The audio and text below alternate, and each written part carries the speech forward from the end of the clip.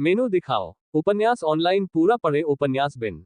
उपन्यास मूर्ख भगवान का विवाह 5 सुंदर देवियों से हुआ। अध्याय 31। मूर्ख भगवान का विवाह 5 सुंदर देवियों से हुआ। C31। पब फ्यूचर द्वारा विज्ञापन। मार्क्विस स्मिथ अपने सैनिकों के साथ एलेक्स की ओर चले गए, जबकि अन्य सरदार वहां घूरती निगाहों से खड़े थे। स्मिथ ने हल्का सा मुस्कुराकर सिर हिलाकर एलेक्स का अभिवादन किया। स्मिथ शुरू से ही एलेक्स के पक्ष में था और जब एलेक्स ने रईसों से टकराने का नाटक किया तो उसने ही डोडा की जेब में अंगूठी डाल दी थी। और अब उसका पक्ष बदलना रईस की भावना के लिए एक गंभीर आघात था। अचानक हुए घटनाक्रम से कुलीन वर्ग स्तब्ध रह गया। वे स्मिथ को कोसना चाहते थे कि इतने महत्वपूर्ण समय में वह उनका साथ छोड़कर चला गया। ये देखकर एक रईस एलेक्स के पक्ष में शामिल होना चाहता था और आगे बढ़ने वाला था, लेकिन उसने एलेक्स की आवाज सुनी, समय समाप्त हो गया है। क्या मतलब है तुम्हारा? समय खत्म हो गया है, सरदारों ने पूछा। यही तुमने सुना है। तुम्हारे शामिल होने का समय मेरे द्वारा निर्धारित समय से अधिक हो गया है।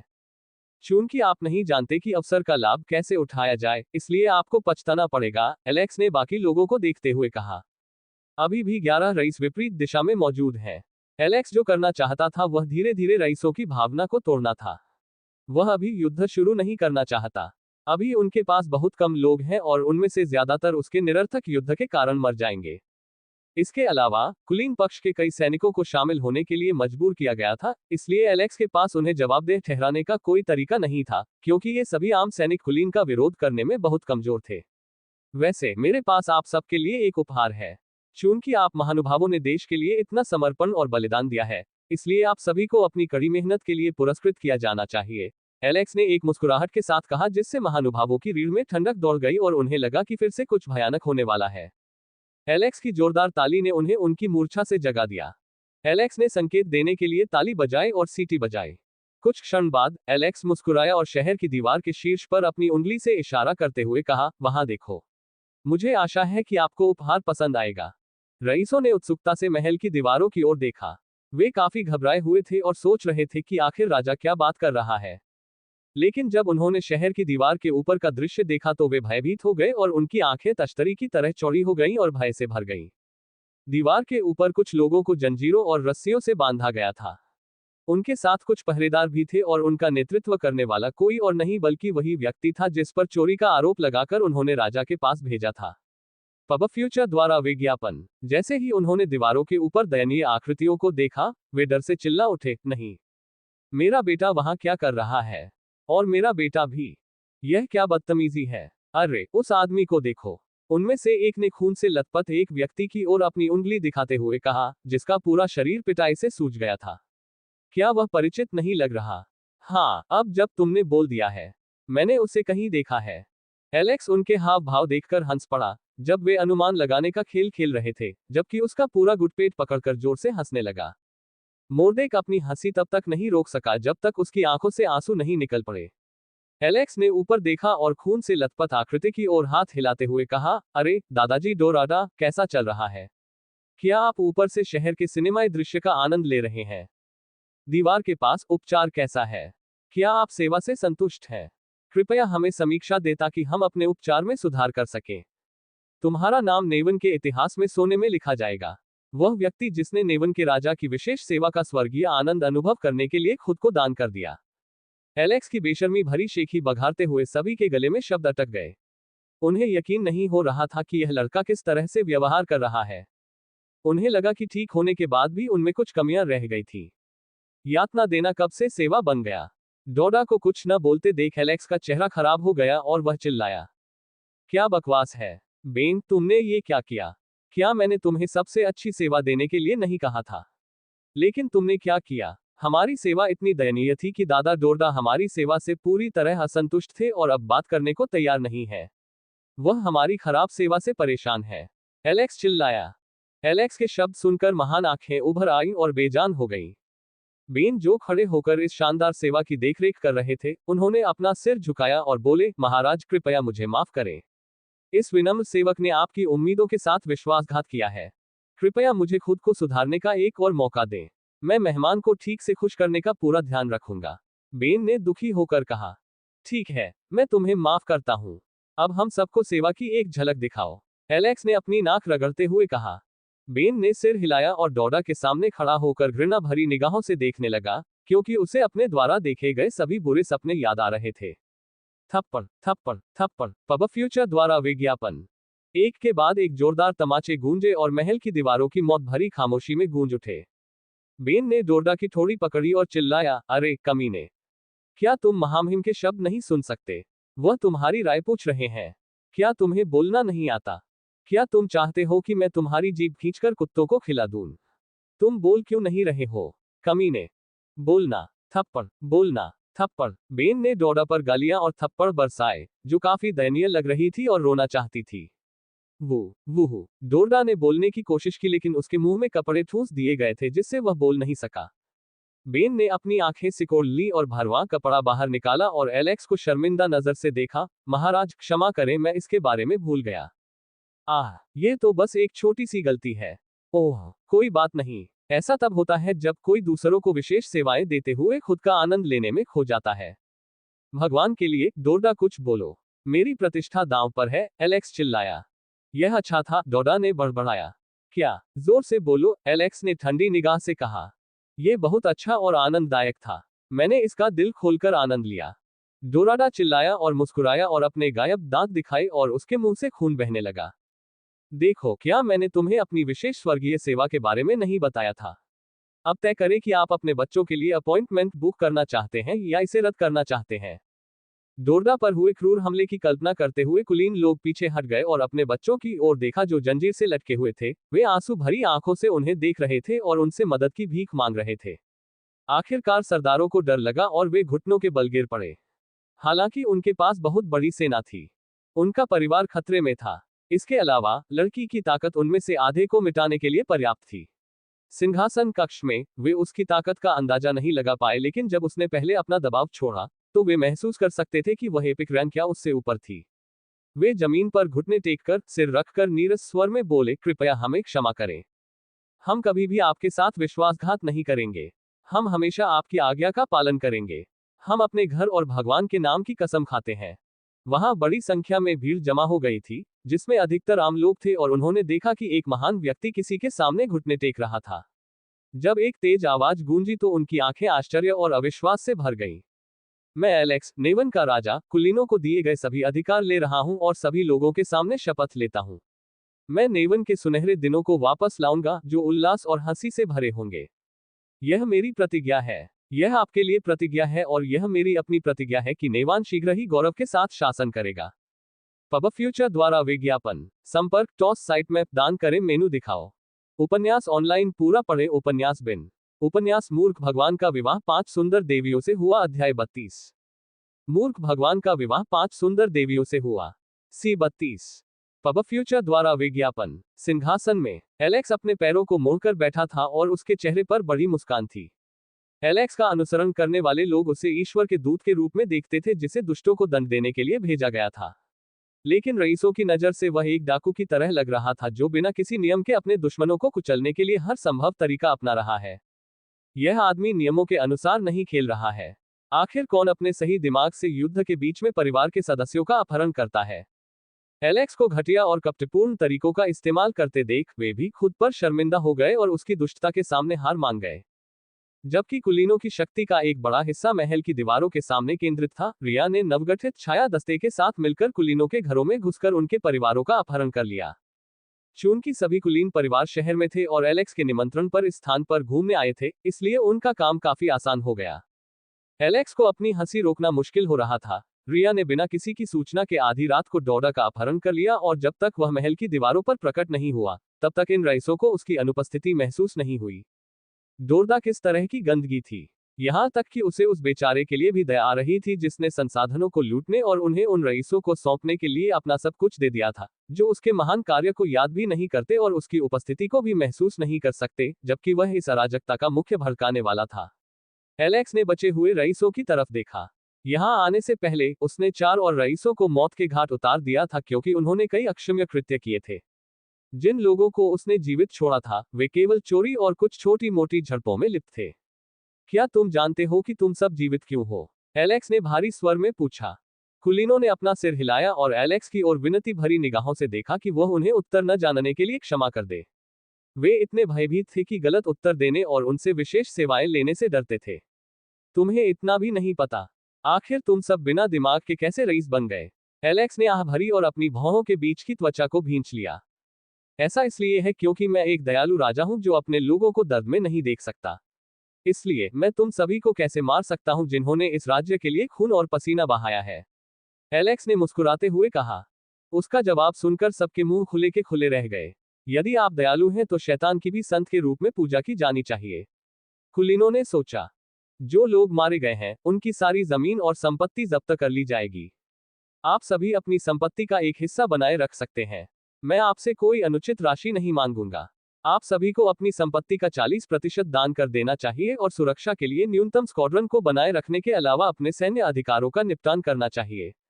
बेसी, तुम्हें अपनी संपत्ति का 20% दान करना होगा। बासी ने भौहें सिकोड़ ली क्योंकि उसे लगा कि वह अकेला रह जाएगा, लेकिन यह आदमी किसी को नहीं छोड़ेगा जिससे वह पैसा ऐंठ सके। कुलीनों ने राहत की सांस ली।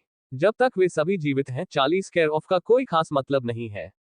पब फ्यूचर द्वारा विज्ञापन। जब वे राहत महसूस कर रहे थे और महसूस कर रहे थे कि उनके कंधों से एक बड़ा बोझ उतर गया है, तो उन्होंने एलेक्स के शब्द सुने। ये खत्म नहीं हुआ है, एलेक्स बोला और तीखी नजर से उनकी ओर देखा। आप, एलेक्स ने झुंड में से 3 रईसों की ओर इशारा किया और कहा, आपको नई सड़कों के रखरखाव और निर्माण का काम सौंपा जाएगा। 1 महीने के भीतर। मैं चाहता हूं कि राजधानी की सभी सड़कें बेहतरीन स्थिति में हो। और अगर 1 महीने के भीतर सड़कें अच्छी हालत में नहीं आई तो तुम तीनों जिम्मेदार होगे। मैं ये सुनिश्चित करूंगा कि सड़क तुम्हारी कब्र बनेगी जहां तुम अपनी आखिरी सांस लोगे। एलेक्स ने सख्त आवाज में कहा। गला साफ हुआ। एलेक्स की भयावह घोषणा सुनकर रईसों की लार टपक पड़ी। अब तुम। एलेक्स ने अन्य 3 व्यक्तियों की ओर इशारा किया और चिल्लाया, तुम पर शहर की सफाई का आरोप लगाया जाएगा। और समय सीमा 1 महीना है। 1 महीने में मैं चाहता हूं कि यह शहर आपके अपने घर जितना साफ हो जाए। अन्यथा। कुलीन लोग एलेक्स के अगले शब्दों की प्रतीक्षा में कांप रहे थे। चिंता मत करो, मैं तुम्हें नहीं मारूंगा, एलेक्स ने मुस्कुराते हुए कहा। रईसों ने अपने सिर से पसीना पोंछा। मैं तुम्हारे घर को राजधानी का कूड़ाघर बना दूंगा। खांसी। एलेक्स किसी की खांसी से परेशान हो गया और चिल्लाया, वह कौन कमीना है जिसके पास बोलने की कोई समझ नहीं है? मुझे। एलेक्स ने बगल की ओर देखा और मोडेक को जोर से खांसते हुए देखा और कहा, ओह अंकल, कृपया अपना समय लें। अंकल, मोडेक की खांसी से किसको परेशानी है? क्या एक बूढ़ा आदमी खांस नहीं सकता? क्या तुम सब खांसते नहीं हो? देखो अंकल, मोडेक किसी को कोई परेशानी नहीं है। तुम जितना चाहो खांस सकते हो। मोडेक को लगा कि अगर एलेक्स अपनी बेशर्मी जारी रखेगा तो उसे खून की खांसी आएगी। मोडेक ये देखकर दंग रह गया कि कुलीन घर कूड़े के ढेर में तब्दील हो गया है, क्योंकि उसका घर उनमें से एक के पास था। और वह जानता था कि एलेक्स मजाक नहीं कर रहा था और वह सचमुच उनके घर को कूड़े का ढेर बना देगा, जिसका वह खंडन करना चाहता था, लेकिन वह साहस नहीं जुटा सका। एलेक्स ने कुछ और व्यक्तियों की ओर इशारा किया और उनमें से प्रत्येक को एक कार्य वितरित किया। उनका पहला लक्ष्य शहर की संरचनाओं का पुनर्निर्माण करना था। दूसरा लक्ष्य शहर की अर्थव्यवस्था को पुनर्जीवित करना था। तीसरा लक्ष्य अपनी सैन्य शक्ति बढ़ाना था। चौथा लक्ष्य एक शैक्षणिक संस्थान बनाना था। एलेक्स ने बासी से प्रशासन और अन्य चीजों के लिए अधिकारियों की भर्ती शुरू करने और दस्तावेज एकत्र करने को कहा। जब सभा समाप्त होने को थी तो एक महानुभाव ने हिम्मत जुटाकर पूछा, महाराज, आपने हमें जो काम सौंपा है उसके लिए धन कौन देगा? पब फ्यूचर द्वारा विज्ञापन। संपूर्ण सिंहासन कक्ष में मृत्यु सी शांति छा गई। एलेक्स एक क्षण के लिए चौंक गया, लेकिन फिर उसने अपना सिर हिला दिया। कभी कभी वह अपनी उदारता और सहनशीलता देखकर आश्चर्यचकित हो जाता है। तुमने ये क्यों सोचा कि मैं तुम्हारी संपत्ति का केवल 40% ही जब्त कर सकता हूं? क्या मुझे उसे काट देना चाहिए? नहीं, चलो एक बार दया करो। उसके पीछे बहुत से लोग इस आदमी के नाम पर धूप जला रहे थे। एलेक्स ने पूछा, आप जानना चाहते हैं कि पैसा कौन देगा? आदमी ने सिर हिलाया। मेरे साथ आओ, हम एक अच्छी, हार्दिक और लंबी चर्चा करेंगे। मैं वहां आपके सभी प्रश्नों का उत्तर दूंगा। मैक्स बेन भी तुम्हारे साथ आएगा। तुम्हें नेवन की विशेष स्वर्गीय सेवा भी मिलेगी। आदमी का चेहरा पीला पड़ गया और उसका सारा खून बह गया। नहीं, कृपया मुझे माफ कर दीजिए। अरे, तुम मुझसे माफी क्यों मांग रहे हो? हम तो बस इसका मजा लेने वाले थे। अरे, उसे ले जाओ, एलेक्स ने आदेश दिया। मैक्स और बेन उस आदमी को अपने साथ घसीटकर कमरे से बाहर चले गए, जबकि एलेक्स ने उन्हें इशारा किया कि वे कुछ न करें और उस आदमी को छोड़ दें। नकार देना। मोर्डेक ने बाहर निकल रहे लोगों को देखा और कहा, क्या तुम मोटी चमड़ी लेकर पैदा हुए हो? मैंने तुम्हारे जैसा बेशर्म राजा कभी नहीं देखा। एलेक्स ने अपनी नाक रगड़ते हुए कहा, धन्यवाद। बेशर्मी और मोटी चमड़ी रखना एक कला है। अगर आप पूरे दिल से इसे समझने की कोशिश भी करें तो भी आप इसे नहीं समझ पाएंगे। मोर्देक को ऐसा प्रश्न पूछने के लिए अपने सिर पर चोट मारने का मन हुआ। अल्पविराम अल्पविराम। रास्ते में एलेक्स ने अचानक रिया को खींच लिया और उसे राजकुमारी की मुद्रा में ले गया। मेरे प्रभु, आप क्या कर रहे हैं? एलेक्स मुस्कुराया और बोला, हम वही करने जा रहे हैं जो पति पत्नी करते हैं। क्या? रिया बोली और उसका चेहरा लाल हो गया। एलेक्स ने उसे बिस्तर पर लिटाया और पूछा, क्या तुम यह नहीं करना चाहती? नहीं, मेरा मतलब हाँ है, रिया ने प्यारी नम्र आवाज में कहा। एलेक्स हंसा और उसके बगल में सो रहा था और उसे अपनी बाहों में खींच लिया और बोला, चिंता मत करो रिया, मैं तुम्हें मजबूर नहीं करने वाला। हम जितना चाहें उतना समय ले सकते हैं। मैं तुम्हें अपनी पत्नी के रूप में पाकर बहुत खुश हूँ, एलेक्स बोला और रिया से लिपट गया। मैं भी आपकी पत्नी बनकर खुश हूँ, रिया बोली, लेकिन उसने देखा कि एलेक्स पहले ही बेहोश हो चुका था और मीठे सपने देख रहा था।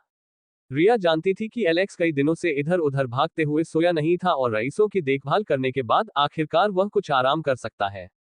रिया खिलखिलाकर हंस पड़ी और उसके सिर को अपनी छाती से लगा लिया और उसके माथे पर एक प्यारा सा कोमल चुंबन दे दिया।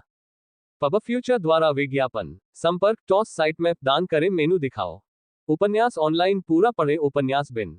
उपन्यास मूर्ख भगवान का विवाह 5 सुंदर देवियों से हुआ। अध्याय 33।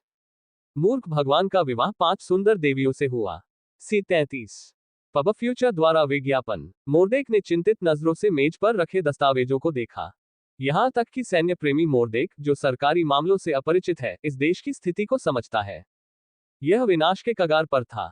नेवान में खाद्यान्न की कमी हो रही थी, आय में मंदी थी।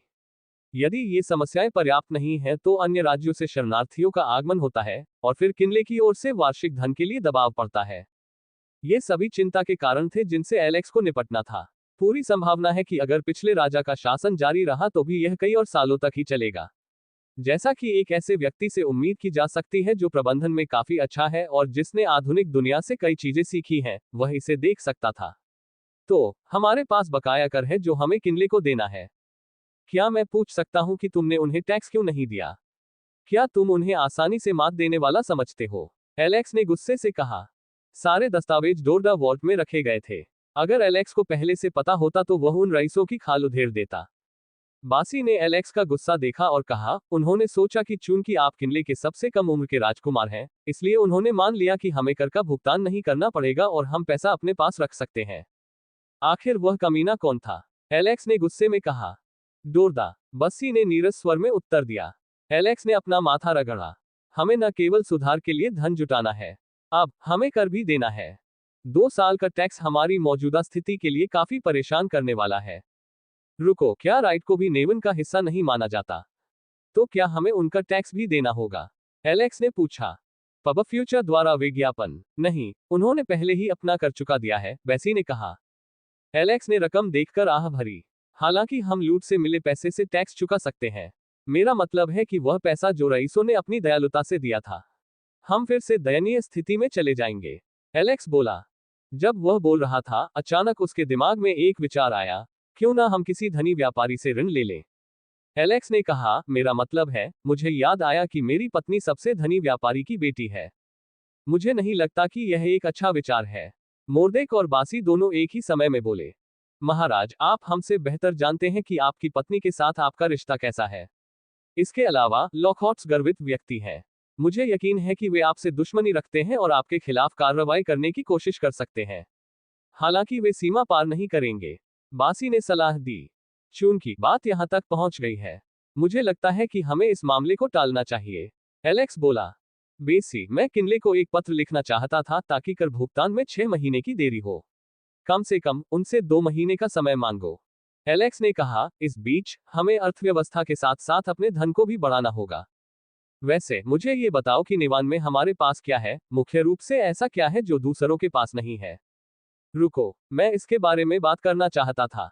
क्या हमारे पास मैना क्रिस्टल माइन या गोल्ड माइन या कोई और चीज है? एलेक्स ने पूछा। बासी ने अपना सिर हिलाया और कहा, हमारे पास क्रिस्टल या सोने की खदान नहीं है। हालांकि हमारे पास लौह अयस्क की 3 खदानें हैं। एलेक्स, जो ध्यान से सुन रहा था, चौंक गया और पूछा, क्या बकवास है? हमारे पास लोहे की खदान है तो हमारे पास अच्छे हथियार और सामग्री क्यों नहीं है? मोडेक और बासी ने एक दूसरे को देखा। महाराज, लौह अयस्क में समस्या है। हम इससे पर्याप्त मात्रा में सामग्री नहीं निकाल पाते। बासी ने कहा। आपका मतलब है कि हमारा उत्पाद बहुत कम है, एलेक्स बोला और कुर्सी पर वापस लेट गया। एलेक्स जिस दुनिया में रह रहा है वह कोई आधुनिक दुनिया नहीं है जहां सब कुछ मशीनीकृत है। इसलिए लोगों को काम पूरा करने के लिए शारीरिक श्रम पर निर्भर रहना पड़ता है। पब फ्यूचर द्वारा विज्ञापन। एलेक्स को यकीन था कि अगर वह कई स्क्वायर रैंक के योद्धाओं को खदान में भेज देगा तो इससे उत्पादन में काफी कमी आएगी। लेकिन सैनिकों को खनन कार्य में भेजना उचित नहीं है। इसके अलावा उनके पास पहले से ही कम सैनिक थे।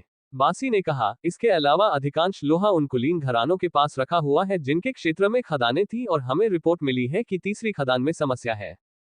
एलेक्स ने सिर हिलाया और बाद में देखने का निर्णय लिया कि समस्या क्या है। एलेक्स ने पूछा, क्या हमारे पास कोई जादूगर नहीं है? लेकिन उसे बड़ा नहीं मिला। आप जादूगरों की बात कर रहे हैं। हमारे पास उचित तीरंदाज या अच्छे कमांडर भी नहीं है जो युद्ध का नेतृत्व कर सके। हमारी सेना फिडल हेड से भरी हुई है जो केवल वही करना जानते हैं जो उन्हें आदेश दिया जाता है। मोडेक ने व्यंग्यात्मक लहजे में कहा जिसमें उदासी का संकेत था। तो आप कह रहे हैं हमें अपनी पूरी सेनाओं का पुनर्गठन करना होगा, एलेक्स बोला। अंकल मोडेक, मैं एक बात पर हैरान हूं। जहां तक हमें याद है हमारे पास सिर्फ 2 मास्टर रैंक के योद्धा हैं। एक आप हैं और दूसरे स्टीलफील्ड घराने के काउंट हैमिल्टन स्टीलफील्ड हैं जिन्हें वेस्टर्न पास का प्रभार दिया गया है। एलेक्स ने पूछा। तो स्थिति को जानते हुए नेवन के लिए मास्टर रैंक बनाना संभव नहीं होना चाहिए। तो आप दोनों ने इसे इतनी दूर कैसे बनाया? हालांकि एलेक्स की नजर में मास्टर रैंक का जिक्र करने लायक नहीं है। नेवन जैसे छोटे से राज्य में जो विनाश के कगार पर था और मास्टर पैदा कर रहा था, रैंक अविश्वसनीय है। एक नजर डालने पर रिया महाकाव्य रैंक में मोडेक से केवल एक क्षेत्र ऊपर है। उसे प्रतिभाशाली माना जाता है क्योंकि वह अभी 19 वर्ष की हुई थी और एलेक्स को यकीन था कि 1 या 2 साल में वह उत्कृष्ट रैंक तक पहुंच जाएगी। क्रिस्टीना 22 वर्ष की उम्र में ट्रांसेंडेंट रैंक पर पहुंच गई थी और रिया उससे भी तेजी से वहां पहुंच गई। एलेक्स के सवाल पर मोडेक ने आह भरी और कहा, ऐसा इसलिए क्योंकि मैंने और स्टीलफील्ड ने युवा पीढ़ी को बहुत सारी संभावनाएं दिखाई और आपके दत्तक माता पिता ने हम में क्षमता देखी और अपने सभी संसाधन हम दोनों पर लगा दिए और यहां तक कि किनले को नाइट बनने के लिए भेजा लेकिन हम असफल रहे। एलेक्स को मोडेक के शब्दों में उदासी की झलक सुनाई दे रही थी।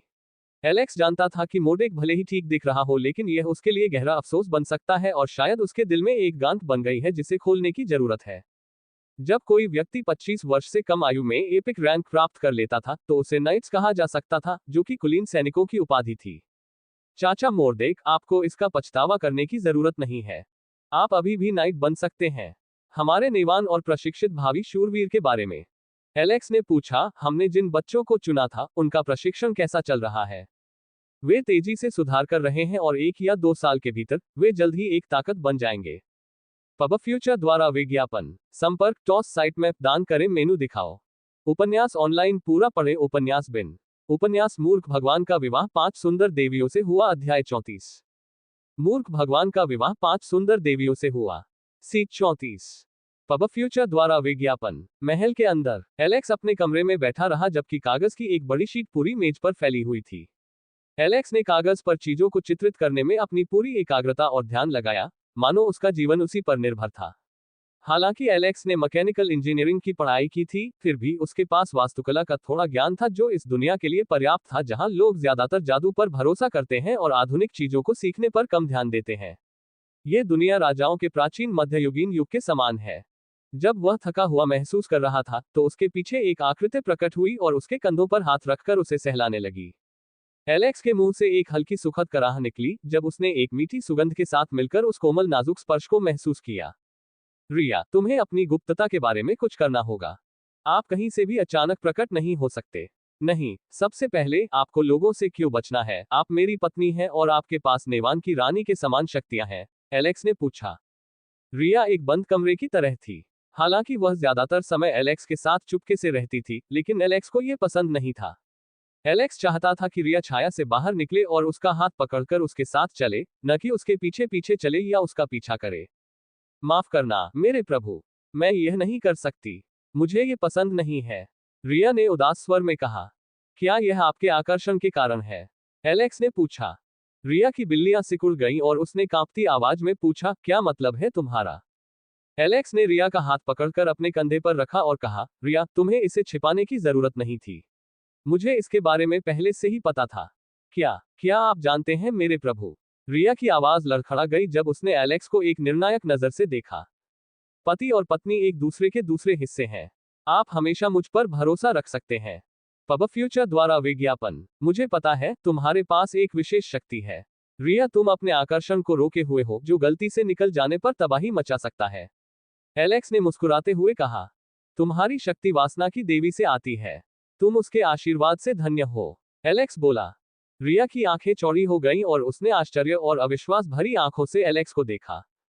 उसने अपना सिर हिलाया और बुदबुदाया, यह आशीर्वाद से अधिक अभिशाप है। तुमने ऐसा क्यों सोचा? एलेक्स ने पूछा। महाराज, क्या आप एक छोटी कहानी सुनना चाहेंगे? रिया ने दुखी आंखों से पूछा। एलेक्स ने सिर हिलाया। रिया एलेक्स के पास बैठ गई और अपनी जिंदगी के बारे में बताने लगी। रिया को नहीं पता था कि उसके माता पिता कौन थे, न ही उसे याद था कि वह कहाँ पैदा हुई थी। जहां तक उसे याद था, उसका जीवन किनले के एक छोटे से अनाथालय में शुरू हुआ था। वह वहां रहती थी और छोटे मोटे काम करती थी। वह अपने से छोटे बच्चों को उतारने में माहिर थी। 7 वर्ष की आयु तक वह अधिकांश समय अपने छोटे भाई बहन के साथ ही रहती थी। जब वह बच्ची थी तब भी कई लोग उसकी सुंदरता की प्रशंसा करते थे। जब लोग अनाथालय के पास से गुजरते थे तो हमेशा उसकी प्रशंसा करते थे और उसे कला के एक नमूने के रूप में देखते थे और कई लोग उसकी प्रशंसा भी करते थे। इतनी कम उम्र में भी वह इतनी खूबसूरत थी कि उसे चुनौती देना मुश्किल था। उसे अपनी खूबसूरती पर गर्व और कुछ हद तक अहंकार भी होने लगा था। लेकिन जैसा कि कहा गया है, सुंदरता विपत्ति लाती है। एक दिन अचानक कोई व्यक्ति अनाथालय में आया और उसे गोद लेने के लिए कहा तथा अनाथालय को कुछ पैसे देने की पेशकश की। अनाथालय खुश था और सोच रहा था कि उन्हें एक अच्छा सौदा मिला है, जबकि वह खुश थी कि उसे अंततः कोई ऐसा व्यक्ति मिल गया जिसे वह अपना माता पिता कह सकती है। लेकिन ये तो दुष्स्वप्न की शुरुआत मात्र थी। जिस व्यक्ति ने उसे गोद लिया था वह एक दास व्यापारी था जिसने उसमें अच्छी संभावनाएं देखी थी। उसने उसे ले जाकर एक कमरे में बंद कर दिया। अगर वह परिपक्व नहीं होती तो उसे उसी दिन किसी अमीर व्यक्ति को नीलाम कर दिया जाता। उस व्यक्ति ने सोचा कि वह 12 या 13 साल पहले ही पक जाएगी और उसने इसका इंतजार किया।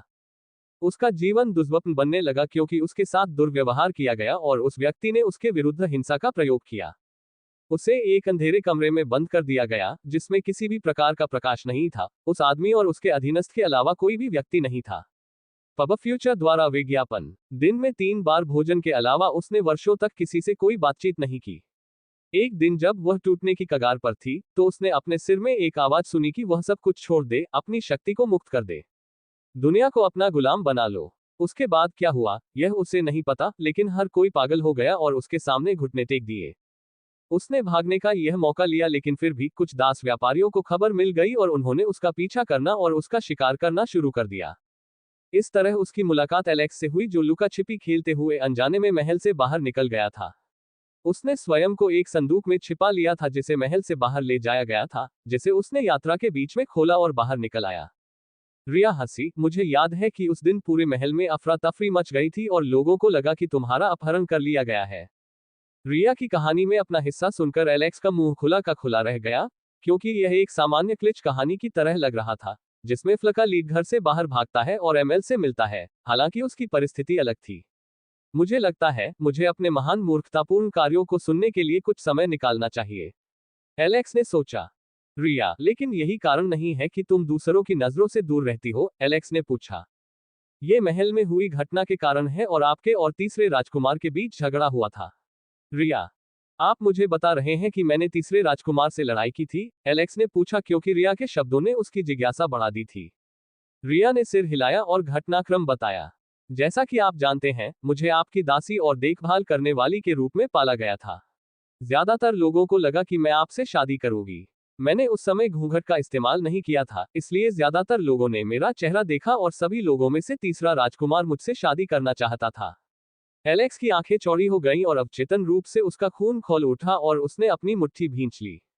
एक दिन वह आपकी हवेली में जबरन घुस आया और मुझे जबरदस्ती ले जाना चाहता था, ये कहकर कि मुझे आपके साथ अपना समय बर्बाद नहीं करना चाहिए और इसके बजाय उसकी सेवा करनी चाहिए। लेकिन आप इसे जाने नहीं देना चाहते थे और उस पर झपट पड़े। लेकिन रिया ने एलेक्स की जलती आंखों को देखते हुए कहा। एलेक्स ने आह भरते हुए कहा, तुम्हें और कुछ कहने की जरूरत नहीं है। मैं अंदाजा लगा सकता हूं कि मुझे भी बुरी तरह पीटा गया होगा। उसने मुझे बुरी तरह पीटा होगा। रिया ने सिर हिलाया और उसके चेहरे पर एक हल्की मुस्कान आ गई। फिर भी मुझे याद है कि कैसे आपने हार मानने से इनकार कर दिया था और अंत तक चिल्लाते रहे थे कि रिया मेरी है, रिया मेरी है। रिया का चेहरा लाल हो गया। मैं तुम्हें इस हालत में पिटते हुए नहीं देख पाया और गलती से ऐसा हो गया। मेरा मतलब है कि उस शक्ति को छोड़ दिया और उसके बाद तुम्हें ज्यादा कुछ कहने की जरूरत नहीं है। मैं समझ गया, एलेक्स बोला और रिया को अपनी बाहों में खींच लिया।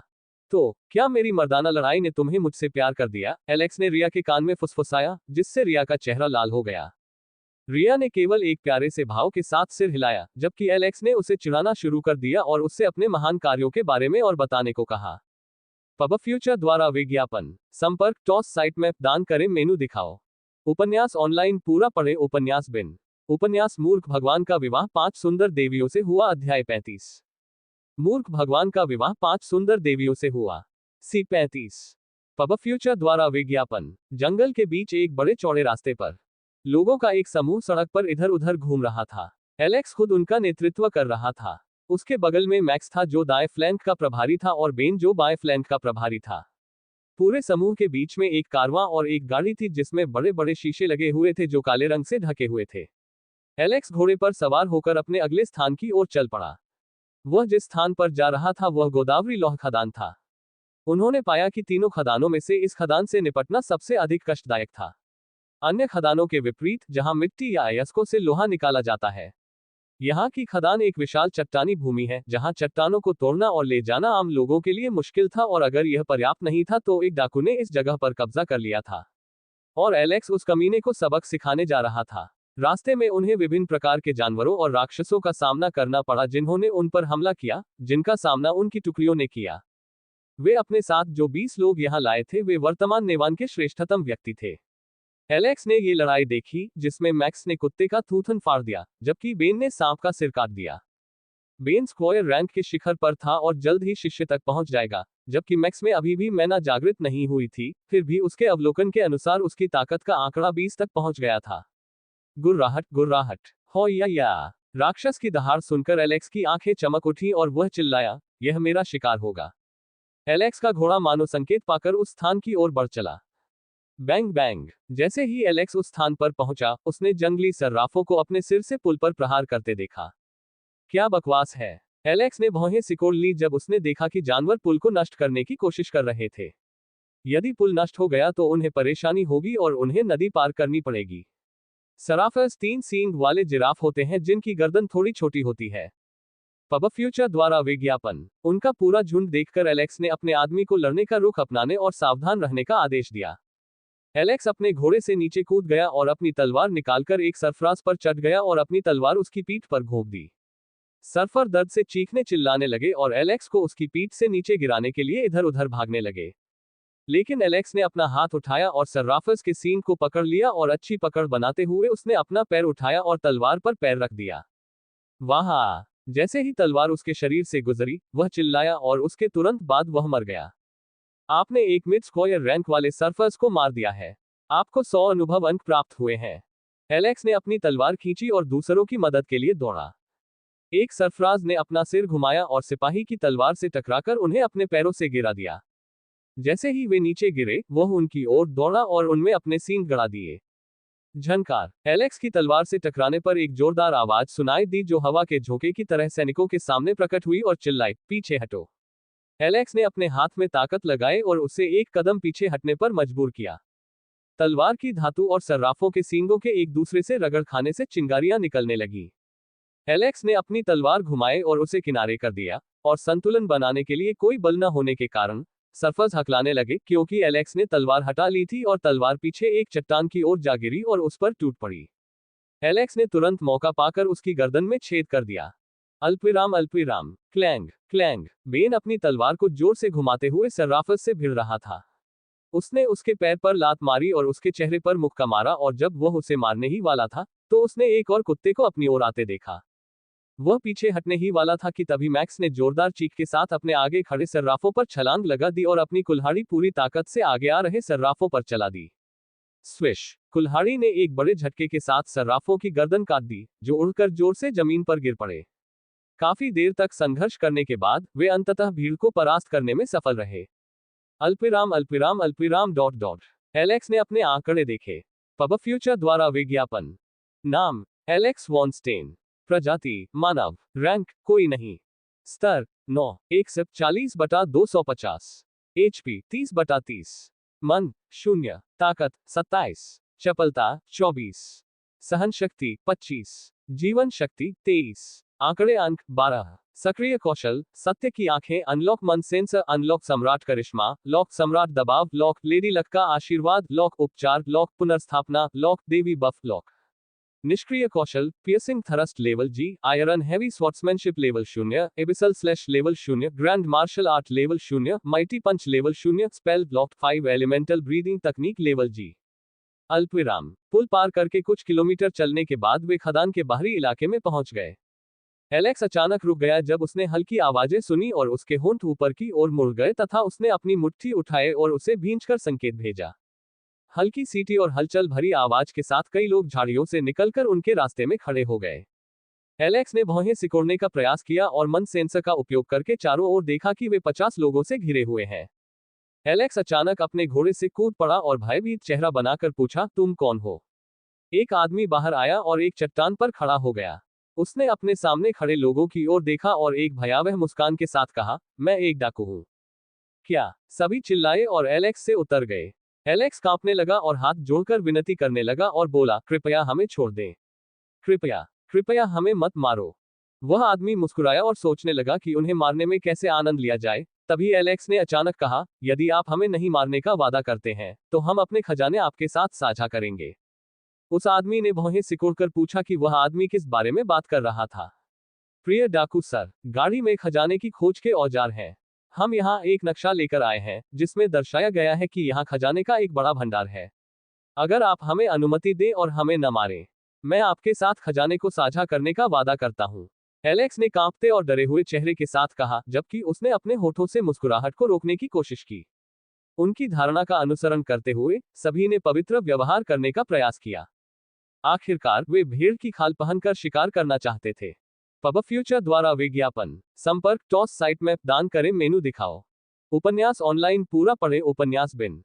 उपन्यास मूर्ख भगवान का विवाह 5 सुंदर देवियों से हुआ। अध्याय 36। मूर्ख भगवान का विवाह 5 सुंदर देवियों से हुआ। सी 36।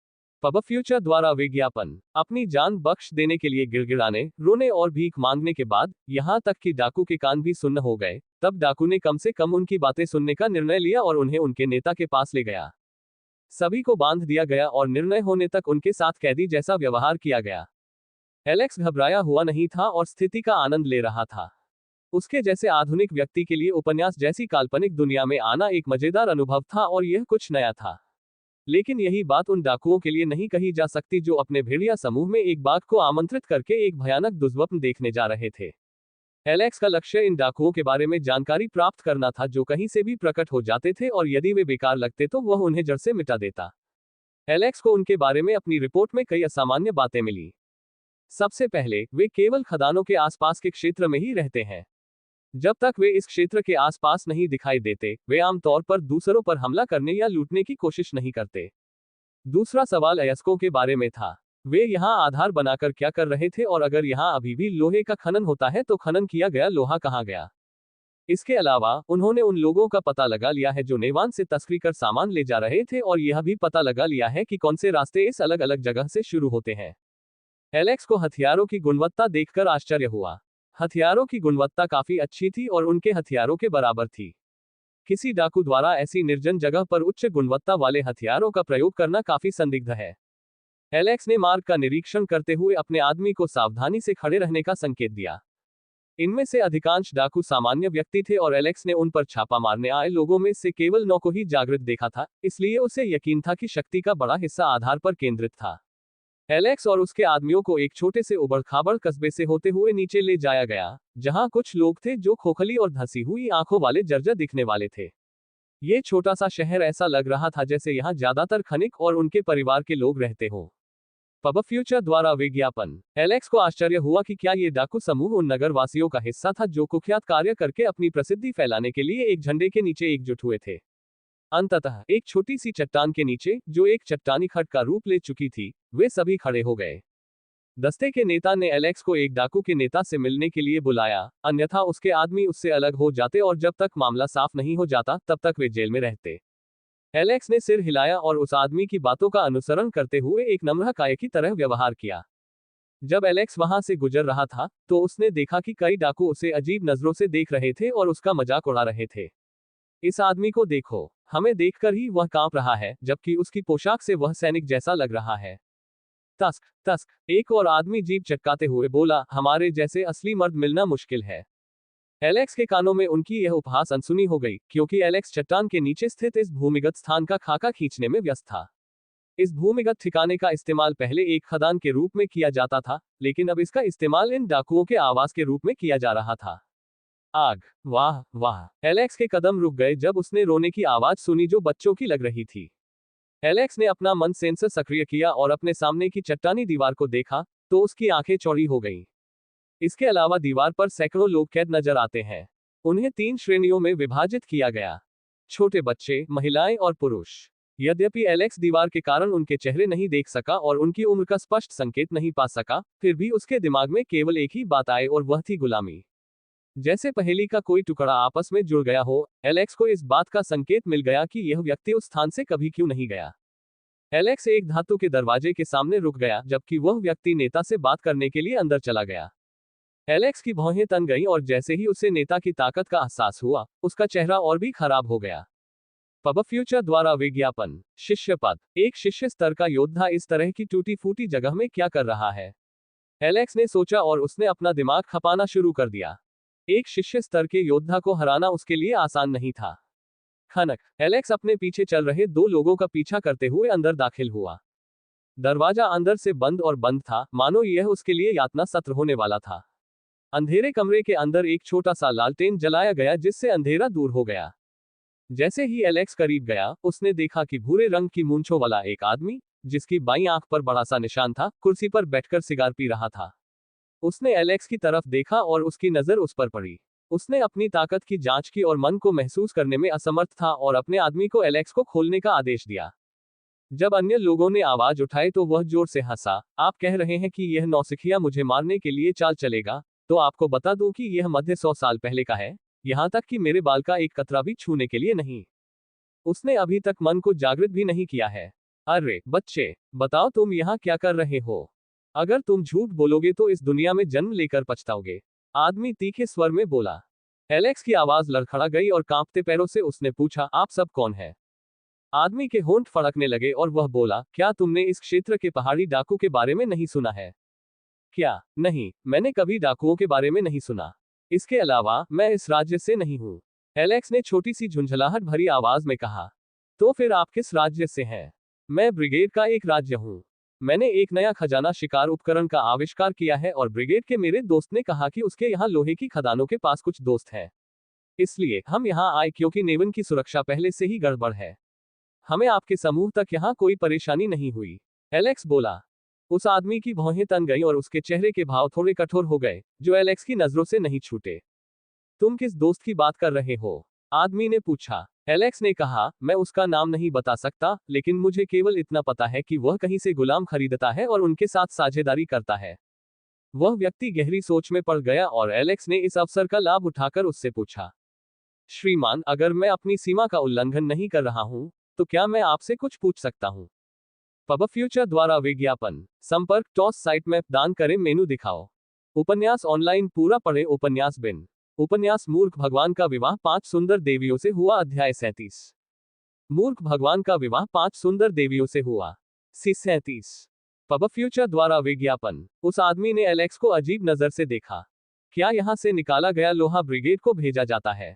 अगर हाँ, तो मुझे लगता है कि मैं कुछ पुष्टि कर सकता हूं और आपके लिए एक संदेश दे सकता हूं। पूरा कमरा शांत हो गया और वे एक दूसरे की ओर देखने लगे। हाँ, निशान वाले आदमी ने सिर हिलाया। उसे कुछ भी अजीब नहीं लगा और उसने सोचा कि भले ही यह आदमी झूठ बोल रहा हो, लेकिन उसके जैसा मूर्ख चींटी क्या कर सकता है? उसे बस अपने ग्राहकों से सच्चाई की पुष्टि करनी है। एलेक्स एक देवदूत की तरह मुस्कुराया और बोला, धन्यवाद जवाब देने के लिए मिस्टर। अब तुम शांति से मर सकते हो। एलेक्स की आवाज तीखी हो गई और उसने अपना हाथ उठाया और अपनी आस्तीन से एक ब्लेड निकाला और उसे उस निशान वाले आदमी पर फेंक दिया।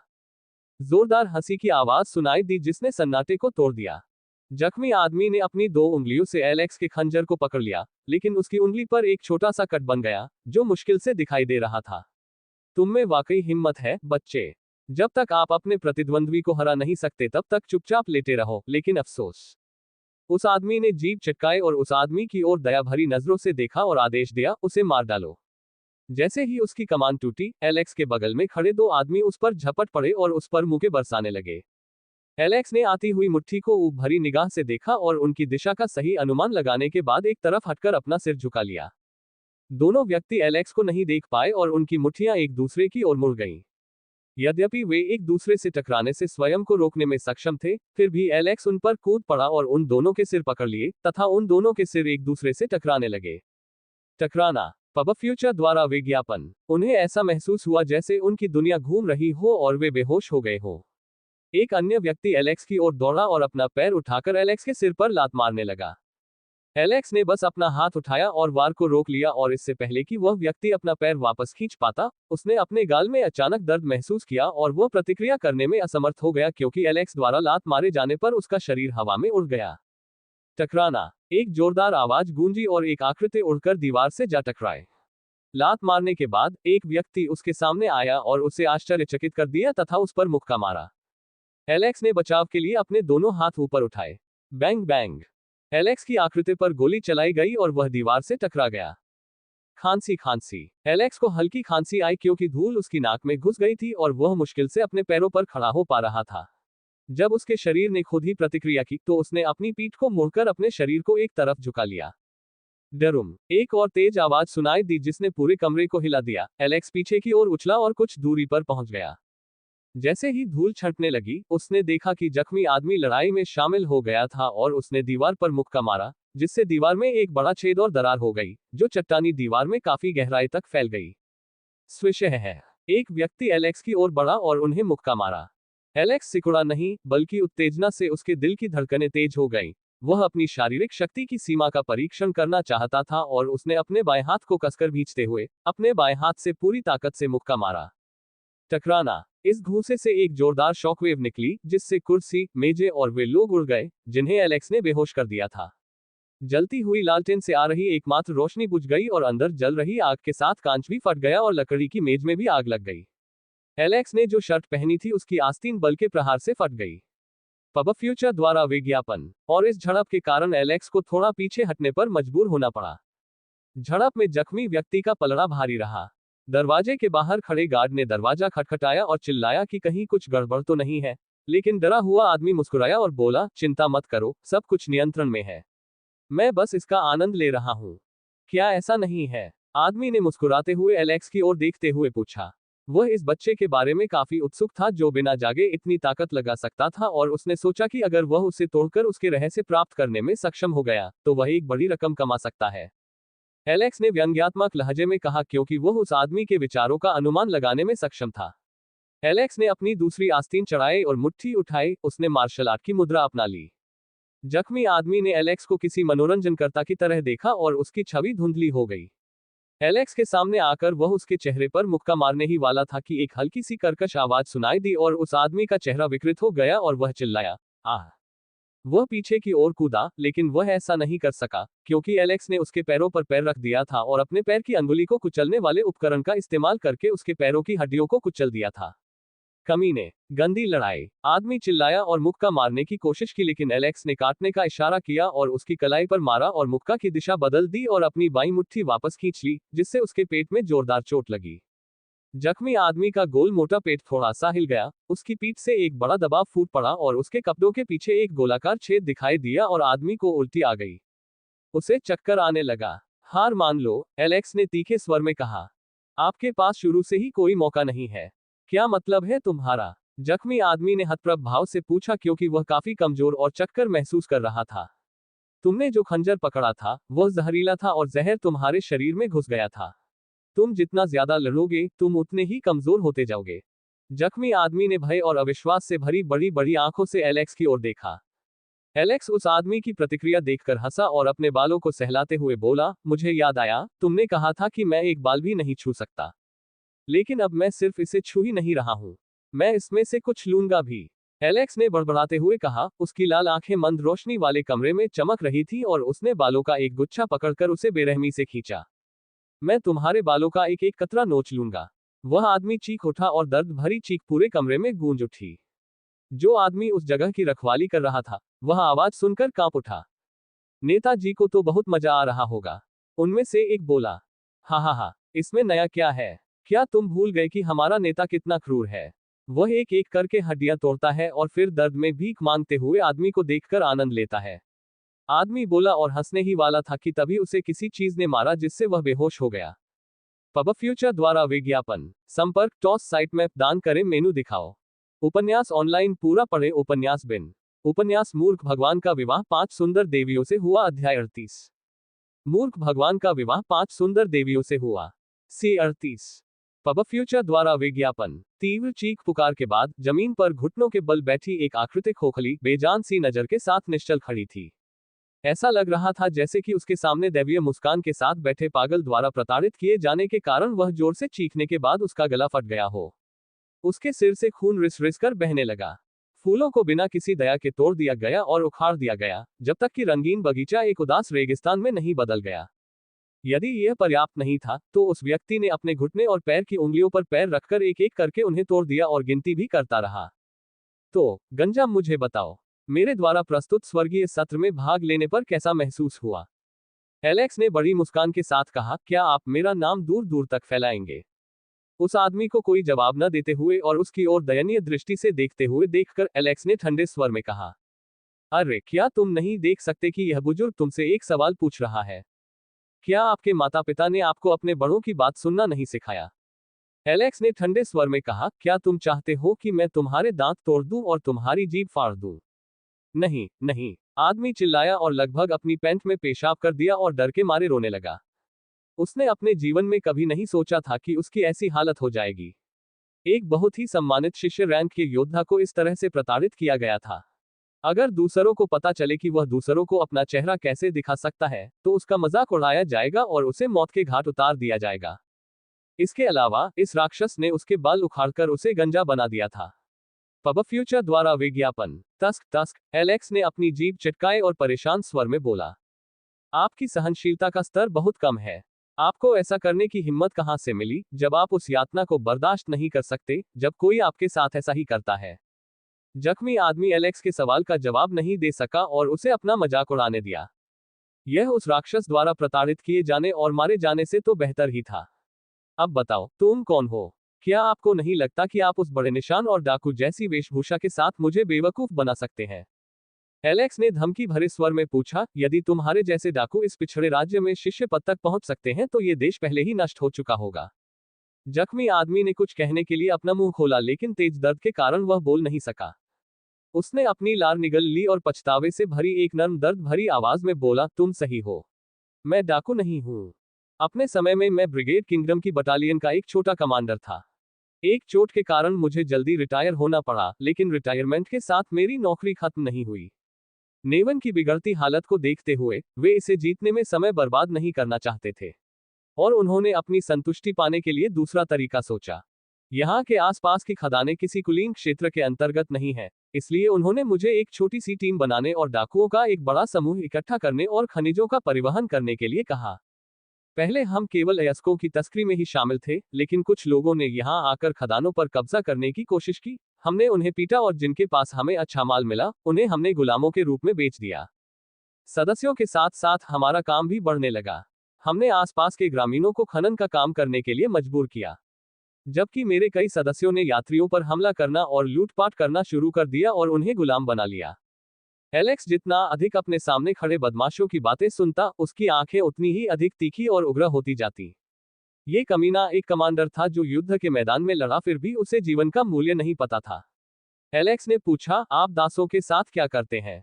वह एलेक्स की निगाहें देखकर जख्मी आदमी हकलाया और थोड़ा कांपने लगा, और वह जानता था कि अगले शब्द राक्षस को भड़का सकते हैं। हम उन्हें ब्रिगेड में ले जाते थे और नीलामी में बेचते थे, और अगर हम किसी को अपनी पसंद का लेते थे। हम वह आदमी चौंक गया जब उसने देखा कि एलेक्स की आंखें खून की तरह लाल हो गई हैं और उसकी सांसें भारी हो गई हैं। पब फ्यूचर द्वारा विज्ञापन। अच्छा, बढ़िया, आप अच्छे आदमी हैं। अब मुझे समझ में आया कि तुम डाकू असली मर्दों की तरह क्यों सोचते हो। तुम्हारे हिसाब से किसी औरत पर जबरदस्ती करने से तुम मर्द बन जाओगे। क्या बढ़िया सोच है। आपके महान कार्यों को सुनकर मैं आश्चर्यचकित हूँ। एलेक्स ने अपना गुस्सा काबू में करने की कोशिश करते हुए ताली बजाई। मैक्स, क्या ये खत्म हो गया है? एलेक्स चिल्लाया। हाँ महाराज, मैक्स चिल्लाया। एलेक्स से अलग होने के बाद वे खदान पर कब्जा करने के अवसर का लाभ उठाने के लिए चुपचाप बैठे रहे। मैक्स और बेन मैडचार्ज के सामने कोई भी थोड़ा सा भी प्रतिरोध करने में सक्षम नहीं था। एलेक्स की ओर से 20 अनुचर अच्छी तरह प्रशिक्षित सैनिक थे, जबकि डाकू की ओर से बमुश्किल कोई प्रशिक्षित योद्धा था। आधे घंटे के भीतर ही उन्होंने पूरे डाकू समूह को मार गिराया और खदान पर कब्जा कर लिया। एलेक्स ने फर्श पर पड़ी एक जंजीर को उठाकर जलती हुई मेज पर रख दिया और उसे गर्म करने के बाद उसने जख्मी आदमी को खींचकर जंजीर उसकी गर्दन के चारों ओर लपेट दी। वह व्यक्ति दर्द से चिल्लाने लगा क्योंकि उसकी गर्दन जलने लगी थी और कई छाले बन गए थे, लेकिन एलेक्स ने इसकी परवाह नहीं की और उसे कुत्ते की तरह फर्श पर घसीटा। मैक्स ने दरवाजा खोला और एलेक्स के गुस्से भरे चेहरे को देखकर किसी तरह अंदाजा लगा लिया कि क्या हुआ होगा। एलेक्स के साथ कुछ समय बिताने से स्वाभाविक रूप से एलेक्स के बारे में कुछ बातें समझ में आ सकती हैं। एलेक्स चोरी, जेबकतरी या बदमाशी को बर्दाश्त कर सकता है और इन अपराधों को मामूली सजा देकर ही टाल सकता है। लेकिन अपहरण, गुलामों का व्यापार, बलात्कार और मानव तस्करी, अगर आप ये सब करते हुए पकड़े गए तो वह आपकी जिंदगी को तब तक नरक बना देगा जब तक आप मर नहीं जाते। और यहाँ तक कि आपकी आत्मा भी मृत्यु के बाद शांति से नहीं रह सकती, क्योंकि वह मृत शरीर को भी शांति से आराम नहीं करने देगा। डाकुओं को बांधकर ग्रामीणों, खनिकों और गुलाम बनाए गए लोगों को इकट्ठा करें। वे ही न्यायाधीश होंगे। उसे बाहर लाओ, एलेक्स बोला और मैक्स को थपथपाते हुए आगे बढ़ गया। लेकिन उसने पीछे मुड़कर देखा कि मैक्स उस जख्मी आदमी को उठा रहा है, लेकिन एलेक्स की ठंडी निगाह देखकर वह चौंक गया। महाराज, मैं उसे ला रहा हूं, मैक्स ने भ्रमित स्वर में उत्तर दिया। बस उसे जमीन पर घसीटते रहो। जानवर के साथ जानवर जैसा ही व्यवहार किया जाना चाहिए। इसके अलावा, अगर तुमने उसकी कहानियां सुनी होती, तो मुझे यकीन है कि तुम पहले ही उसके शरीर को अनगिनत टुकड़ों में काट छांट चुके होते। एलेक्स बोला और जाने के लिए मुड़ा। पब फ्यूचर द्वारा विज्ञापन। संपर्क टॉस साइट मैप दान करें, मेनू दिखाओ। उपन्यास ऑनलाइन पूरा पढ़े। उपन्यास बिन। उपन्यास मूर्ख भगवान का विवाह 5 सुंदर देवियों से हुआ। अध्याय 39। मूर्ख भगवान का विवाह 5 सुंदर देवियों से हुआ। सी 39। पब फ्यूचर द्वारा विज्ञापन। आसमान पर चमकते तीव्र सूर्य के नीचे लगभग 500 लोगों की विशाल भीड़ एक छोटी सी चट्टान के सामने एकत्र हुई थी। उनमें से अधिकांश लोग खनन कार्य में व्यस्त थे, जबकि ग्रामीण अपने सामान्य दिनचर्या में व्यस्त थे। लेकिन 1 घंटे पहले ही घंटियां बजने लगी थी, जो डाकुओं के अड्डे पर इकट्ठा होने का संकेत दे रही थी। आमतौर पर यह हमेशा महीने के अंत में बजता है, जब वे सभी यहां इकट्ठा होते हैं, ताकि इन डाकुओं को अपनी दैनिक जरूरत की कुछ चीजें और पैसे दे सकें। और फिर डाकू कुछ लोगों को खदान के लिए चुन लेता या कुछ और काम करता, जैसे उनके साथ खेलना या उन्हें गुलाम के रूप में बेचना। एक बार जब आप खनिक के रूप में काम करने के लिए चुने जाते हैं, तो परिवार को कब्र के सामने उसके नाम पर धूप बत्ती जलाने की तैयारी करनी चाहिए, क्योंकि कोई भी व्यक्ति अपहरण के बाद घर वापस नहीं लौटता है। ऐसा नहीं है कि खनन खतरनाक है और जीवन को खतरा है, बल्कि ये जानवर ही थे जिन्होंने लोगों के जीवन को दुर्वप्न बना दिया था। लोगों को अंतिम सांस तक बिना उचित आराम और भोजन के दिन रात काम करना पड़ता था। एक क्षण का आराम भी उन्हें बेरहमी से कोड़े मारने के लिए पर्याप्त है। कौन उनके खिलाफ आवाज उठा सकता है, कौन अपनी शिकायत व्यक्त कर सकता है? जिन्होंने कोशिश की वे अब कब्र में पड़े हैं। वे सभ्य तरीके से पंक्ति में खड़े थे, जैसे कि उन्हें डर में प्रशिक्षित किया गया हो। उन्होंने अपनी निर्जीव निगाहों से ऊपर देखा, लेकिन उनके सामने का दृश्य देखकर प्रत्याशा और आशा की एक झलक दिखाई देने लगी। चट्टान के किनारे लगभग 100 लोग घुटनों के बल बैठे हैं और सामने 3 लोगों को जंजीरों से लटकाया गया है। और उनके सामने एक आदमी खड़ा था, लंबे सुनहरे बालों वाला एक युवा लड़का, जो अपनी बाज जैसी निगाहों से गंभीर भाव से उनकी ओर देख रहा था। यहाँ एकत्रित लोगों को देखते हुए एलेक्स ने ऊंची आवाज में कहा, मेरे प्यारे गांव वालों और नेवान के नागरिकों, कुछ भी कहने से पहले मैं आपसे माफी मांगना चाहता हूँ। पब फ्यूचर द्वारा विज्ञापन। एलेक्स ने कहा और सम्मानपूर्वक अपना सिर झुकाया और उसके पीछे खड़े सैनिकों ने भी उसका अनुसरण किया। मुझे राजा ने आपकी शिकायत दूर करने के लिए भेजा था। यह दुर्भाग्यपूर्ण था कि हमें रिपोर्ट देर से मिली, लेकिन जैसे ही हमें रिपोर्ट मिली, हमने तुरंत रिपोर्ट प्राप्त कर ली। महामहिम ने मुझे एक दल के साथ भेजा ताकि आपको वह न्याय और स्वतंत्रता मिल सके जिसके आप हकदार थे। आपके सामने घुटने टेकने वाले लोग मानव वेश में मैल हैं, जिन्होंने आपके जीवन को दुर्वप्न बना दिया है। मैं उन्हें मार देता, लेकिन सजा तय करना मेरा काम नहीं था। मैं तुम्हें ये चुनने की आजादी दे रहा हूं कि तुम उन्हें अपनी मर्जी से सजा दो। लोग एक दूसरे की ओर प्रश्नवाचक दृष्टि से देखने लगे और सोचने लगे कि क्या करें। उनकी बेजान आंखें जीवन और उत्साह से चमकने लगी। वे इस अवसर को खोना नहीं चाहते थे। 60 साल की एक बूढ़ी महिला सामने आई। उसका चेहरा झुर्रियों से भरा था और उसे चलने में भी दिक्कत हो रही थी। एलेक्स उस महिला के पास गया और उसे सहारा देने के लिए हाथ बढ़ाया। मैं उस कमीने को कोड़े मारना चाहती हूँ जिसने मेरे बेटे को मारा है। मैं चाहती थी कि उसे तब तक कोड़े मारे जाए जब तक उसका सारा खून न निकल जाए, जब तक वह अपनी आखिरी सांस न ले ले। मैं चाहती थी कि उसे पता चले कि मेरे बेटे ने मरने तक कितना दर्द और तकलीफ झेली। महिला ने आंखों से आंसू टपकाते हुए कहा। जब उसका एकमात्र बच्चा, जो उसका सहारा था, मर गया, तो वह खुद को पीड़ा से मुक्त करने के लिए अपना जीवन समाप्त करना चाहती थी, लेकिन उसने ऐसा नहीं किया, बल्कि भगवान से प्रार्थना की कि वह उसे उस व्यक्ति को दंड देने का मौका दे। जैसा कि कहावत है, हो सकता है कि ईश्वर को हमारी पुकार सुनने में देर हो गई हो, लेकिन वह हमारी प्रार्थना और दुख से अनभिज्ञ नहीं है। अंततः उसे मौका मिल गया। अपने कांपते हाथों से उसने कोड़ा खींचा और उस व्यक्ति पर जोरदार प्रहार किया। आदमी की भयानक चीख गूंज उठी और महिला की बात मानकर कई लोगों ने कोड़े निकाल लिए और उस आदमी को तब तक पीटना शुरू कर दिया जब तक वे बेहोश नहीं हो गए। एलेक्स ने अपने आदमी को काम खत्म करने का संकेत दिया, जबकि वह शेष बचे 3 लोगों की ओर देख रहा था, जो झुंड के नेता थे। लेकिन एलेक्स ने उन्हें छुआ तक नहीं और उन्हें भूखी भीड़ पर फेंक दिया, जिन्होंने उन्हें तब तक पीटा जब तक वे मर नहीं गए और उन्हें एक भयानक मौत दे दी। गला साफ हुआ। आम लोगों की उग्रता देखकर एलेक्स ने अपनी लार निगल ली और माथे से पसीना पोंछ लिया। पब फ्यूचर द्वारा विज्ञापन। निश्चित रूप से किसी को भी भीड़ को कभी क्रोधित नहीं करना चाहिए, अन्यथा वे आपको तब तक पीटेंगे जब तक आप रो न पड़े, एलेक्स ने कहा, क्योंकि उसने भीड़ के चारों ओर देखा कि क्या कोई छिपी हुई मुर्गियां मौजूद थीं। जैसे ही उसने एक एक करके लोगों को देखा, उसकी आंखें चौड़ी हो गईं और लगभग बाहर निकल आईं। आदमी की स्थिति देखकर वह चिल्लाया, क्या बकवास है। नाम ह्यूगो। रैंक कोई नहीं। वर्ग कोई नहीं। प्रतिभा खनन। संभाव्यता उच्च। एलेक्स ने इस प्रतिभा और क्षमता को देखकर कई बार अपनी आंखें रगड़ी। प्रतिभा और क्षमता पूरी तरह से अलग चीजें हैं। जबकि प्रतिभा ये दर्शाती है कि व्यक्ति किसी विशेष क्षेत्र में कितना कुशल हो सकता है या उसकी प्रतिभा किस क्षेत्र में निहित है। क्षमता को शक्ति का वह स्तर कहा जा सकता है जिसे वह बिना किसी बाधा के प्राप्त कर सकता है। अगर बात सिर्फ प्रतिभा की होती, तो कई चीजों में प्रतिभा पाई जा सकती थी, जैसे घर के काम, कढ़ाई, लेखन और ऐसी ही दूसरी चीजें। लेकिन ज्यादातर मामलों में इस तरह के व्यक्तियों में लड़ाई के मामले में कम क्षमता होती है या कोई क्षमता नहीं होती है, और आमतौर पर युद्ध उन्मुख प्रतिभा वाले लोगों में उच्च क्षमता होती है। लेकिन ये लड़का न केवल खनन में प्रतिभाशाली था, बल्कि उसमें उच्च क्षमता भी थी, जिससे एलेक्स रो पड़ा। देवी, यह क्या है? भाग्य मेरे साथ कैसा मजाक कर रहा है।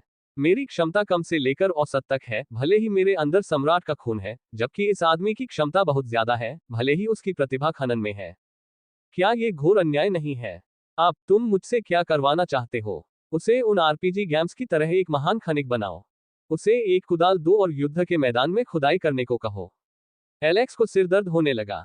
वह रोना चाहता था और अपनी शिकायत बताना चाहता था, लेकिन वह जानता था कि इससे उसकी हालत और दयनीय हो जाएगी। इसलिए उसने अपने लोगों को भविष्य के महान खनिक का अपहरण करने का आदेश दिया, साथ ही उन्हें खनन की तैयारी करने का आदेश भी दिया। पब फ्यूचर द्वारा विज्ञापन। संपर्क टॉस साइट मैप दान करें मेनू दिखाओ। उपन्यास ऑनलाइन पूरा पढ़े उपन्यास बिन। उपन्यास मूर्ख भगवान का विवाह 5 सुंदर देवियों से हुआ अध्याय 40। मूर्ख भगवान का विवाह 5 सुंदर देवियों से हुआ। सी 40। पब फ्यूचर द्वारा विज्ञापन। एलेक्स ने खुद को शांत किया और काम पर लग गया। उन्होंने कुछ व्यक्तियों का चयन किया और उनमें से एक प्रमुख को चुना जो ये भूमिका संभाल सके और एक शक्ति संरचना स्थापित करके पूरे शहर को संगठित कर सके। अब खनन उत्पादन बढ़ाने का समय आ गया था। नेवान में कम उत्पादन के कई कारण थे। श्रमिकों की कमी, अच्छी सुविधाओं की कमी और तस्कर जो अयस्कों को ले जाकर दूसरे राज्यों को उनकी नाक के नीचे बेच देते थे। गोदावरी की खदानें थोड़ी अलग हैं। पूर्वी हिस्से में जमीन के नीचे से खनन करना पड़ता है, जबकि उत्तर पूर्वी हिस्से में कई कठोर चट्टानी पहाड़ हैं जिनकी चट्टानें अयस्कों से भरी हैं। एलेक्स ने अनुमान लगाया कि यह कोई विशाल उल्कापिंड या प्राकृतिक लौह शिरा हो सकता है, या लाखों वर्ष पहले कोई ज्वालामुखी हो सकता है जो फट गया हो और जिससे लौह युक्त लावा निकला हो। इसकी चट्टानी संरचना के कारण इसे सामान्य श्रमिकों द्वारा तोड़ना काफी कठिन है। यदि कोई जादूगर होता तो वह इसका एक हिस्सा जला सकता था और उसे तेजी से ठंडा करके उसमें दरारें बना सकता था। एलेक्स ने दर्पण निर्माताओं से उच्च फोकस दूरी वाला एक अत्यधिक संकेंद्रित दर्पण बनाने को कहा, जो प्रकाश किरणों को एक बिंदु पर संकेंद्रित कर सके। उत्तल और अवतल लेंस के परावर्तन का सिद्धांत। जिसे स्कूल में हर छात्र को पढ़ाया जाता था। क्या सब कुछ तैयार है? एलेक्स चिल्लाया। हाँ, हाँ। जब सभी ने सेटअप पूरा होने की बात कही तो उन्होंने उस आदमी को इशारा किया कि वह अपने ऊपर से काले कपड़े हटा ले। एलेक्स के आह्वान पर उन्होंने कवर हटा दिया और जैसे ही उन्होंने कवर हटाया, प्रकाश की एक अत्यधिक सघन किरण चमकी और चट्टान के एक टुकड़े पर गिरी। इस प्रकार प्रकाश की अनेक किरणें चट्टानों पर पड़ी, जिससे सूर्य की किरणें एक विशेष स्थान पर केंद्रित हो गईं और शीघ्र ही चट्टानें चटचटाहट की ध्वनि के साथ गर्म होने लगी। पब फ्यूचर द्वारा विज्ञापन। ये किस तरह का जादू है? नहीं, नहीं, ये कोई जादू टोना नहीं है। ये ईश्वर की शक्ति होगी। वाह, क्या जादू है! ये देखकर गांव के लोग आपस में बातें करने लगे। एलेक्स ग्रामीण की बातें सुनकर हंस पड़ा और उसे अपने पिछले जन्म में अपने शिक्षक के ये शब्द याद आ गए, विज्ञान और कुछ नहीं, बल्कि ब्रह्मांड का जादू है। एक निश्चित सीमा तक गर्म करने के बाद एलेक्स ने उसमें पानी डालकर उसे ठंडा करने को कहा। जैसे ही पानी डाला गया, छोटी छोटी दरारें बन गईं और एलेक्स के संकेत पर जब उन्होंने कुदाल से उन पर प्रहार किया, तो उन्होंने पाया कि पहले की तुलना में चट्टानों को तोड़ना काफी आसान था और वे पहले की तुलना में कम प्रयास में अधिक कुशलता से अयस्कों को निकाल सकते थे। इसके साथ ही एलेक्स ने यहाँ की चीजों को एकत्र कर लिया और चीजों को समझाने के बाद वह एक ऐसे व्यक्ति को अपने साथ ले गया, जो जल्द ही एक महान खनिक कहलाने वाला था और गांव से बाहर निकल गया, पीछे भीड़ को छोड़कर जो उसे धन्यवाद दे रही थी और तब तक सिर झुकाए खड़ी रही जब तक कि उसकी आकृति गायब नहीं हो गई। अल्पविराम डॉट डॉट पैच लगे लबादे पहने और घोड़े पर सवार लोगों का एक समूह शहर की ओर बढ़ रहा था। एलेक्स ने उबाऊ चेहरे के साथ जम्हाई ली, लेकिन शहर को देखकर उसके शरीर में नई जान आ गई और उसने अपने आदमियों को गति बढ़ाने का संकेत दिया। वो हाँ। घोड़े की टापों की तेज आवाज के साथ वे शहर में दाखिल हुए, जो पहले वाले शहर की तरह शांत और उदास नहीं लग रहा था और कम से कम इसे शहर तो कहा जा सकता था, क्योंकि लोग अपने दैनिक काम पर जा रहे थे और दुकानें, किराने की दुकानें और व्यापार अच्छा चल रहा था। जैसे ही एलेक्स और उसके आदमी शहर के फाटक के पास से गुजरे, उन्हें 3 लोगों ने रोक लिया और उनकी ओर तीखी निगाहों से देखने लगे। कोई समस्या है? एलेक्स ने पुरुषों से मिलने के लिए पूछा। उनमें से एक बोला। कौन सा टैक्स? एलेक्स ने भ्रमित भाव से पूछा। क्या आप नहीं जानते कि जो कोई भी लटिटिया शहर में प्रवेश करता है, उसे हमें कर देना पड़ता है? आदमी ने चिढ़कर कहा। मैक्स हमला करने ही वाला था, लेकिन एलेक्स ने उसे रोक दिया। एलेक्स ने एक चांदी का सिक्का निकाला और उस आदमी को दे दिया। पब फ्यूचर द्वारा विज्ञापन। आदमी ने संतोष से सिर हिलाया। लेकिन वैसे टैक्स का कारण क्या है सर? एलेक्स ने सम्मानपूर्ण लहजे में पूछा। ओह, तो आप यहाँ नए हैं? चूंकि आपने हमें पैसे बहुत खुशी से दिए हैं, मैं आपको एक बात बताता हूँ। ये पूरा शहर मेरे बॉस और हमारे गिरोह एरॉन राइडर्स का है। ये सिर्फ एक सुरक्षा शुल्क है जो हम प्रवेश करने वाले हर व्यक्ति से वसूलते हैं, और अगर आप यहाँ रहना चाहते हैं तो आपको हमें ज्यादा शुल्क देना होगा। एलेक्स ने भौहें सिकोड़ते हुए पूछा, ये शहर आपका है, फिर शहर का क्या होगा लॉर्ड? ओह, तुम उस कुत्ते के बारे में पूछ रहे हो? वह तो बस एक नौकर है जो बॉस के इशारे पर नाचता है। ठीक है, एलेक्स बोला और एक प्यारी सी मुस्कान दी। बेन ने मुस्कुराते हुए देखा, अपनी लार निगल ली और धीमी आवाज में कहा, वह फिर से डाकू मोड में बदलने जा रहा है। एलेक्स और उसका गिरोह एक शराबखाने की तलाश में था। एलेक्स को थोड़ा आराम करने की इच्छा हो रही थी। उनके जैसे व्यक्ति के लिए, जिसने पहले से ही आधुनिक तकनीक के जीवन का आनंद लिया है, घोड़े पर कई दिनों तक यात्रा करना काफी बोझिल है। वह पहले से ही टीवी, एसी, स्मार्टफोन और अपने मंगा और एनीमे को याद कर रहे हैं। वह वापस लौटने के बाद उसके लिए एक आरामदायक कोच की व्यवस्था सुनिश्चित करेंगे। गर्म धूप में एक जगह से दूसरी जगह घूमना मुझे परेशान कर रहा है। एलेक्स ने बड़बड़ाते हुए शराबखाने में प्रवेश किया और कुछ खाने का ऑर्डर दिया। राजधानी से शहर तक पहुंचने में लगभग 2 दिन लगे, लेकिन रास्ते में एलेक्स ने प्रत्येक शहर का दौरा किया और लोगों की समस्याओं का समाधान किया तथा लोगों की समस्याओं को दूर करके उनकी मदद की, जिससे उनकी यात्रा में 8 दिन की देरी हो गई। खाना खाते समय एलेक्स ने डाकुओं के बारे में कुछ जानकारी एकत्र की। जब वे भोजन का आनंद ले रहे थे, एलेक्स को एरोन राइडर के गिरोह के बारे में पता चला। उनके अनुसार एरोन राइडर्स द्वारा एकत्रित किया गया धन डोरडा को जा रहा है, जिससे उन्हें थोड़ी हैरानी हुई। वह कमीना मरने के बाद भी समस्याएं पैदा कर रहा है और मुझे उसके गंदे कामों को साफ करना है। अपना सिर हिलाते हुए एलेक्स ने आश्चर्य भरे स्वर में कहा। उसे नहीं पता कि डोरडा की मौत की खबर यहां तक कैसे नहीं पहुंची। हाँ, मुझे अब नई सेवाओं का आयोजन करना है, उसने अपना माथा रगड़ते हुए कहा। एलेक्स ने लोगों की दलीलें सुनते हुए अचानक देखा कि मैक्स एक बड़े सूजे हुए चेहरे के साथ लौट रहा है और उसे बहुत बुरी तरह पीटा गया है। हालांकि उसे केवल मामूली चोट लगी थी, लेकिन एलेक्स को यह जानकर आश्चर्य हुआ कि कोई ऐसा था जो उसे घायल कर सकता था। पब फ्यूचर द्वारा विज्ञापन। संपर्क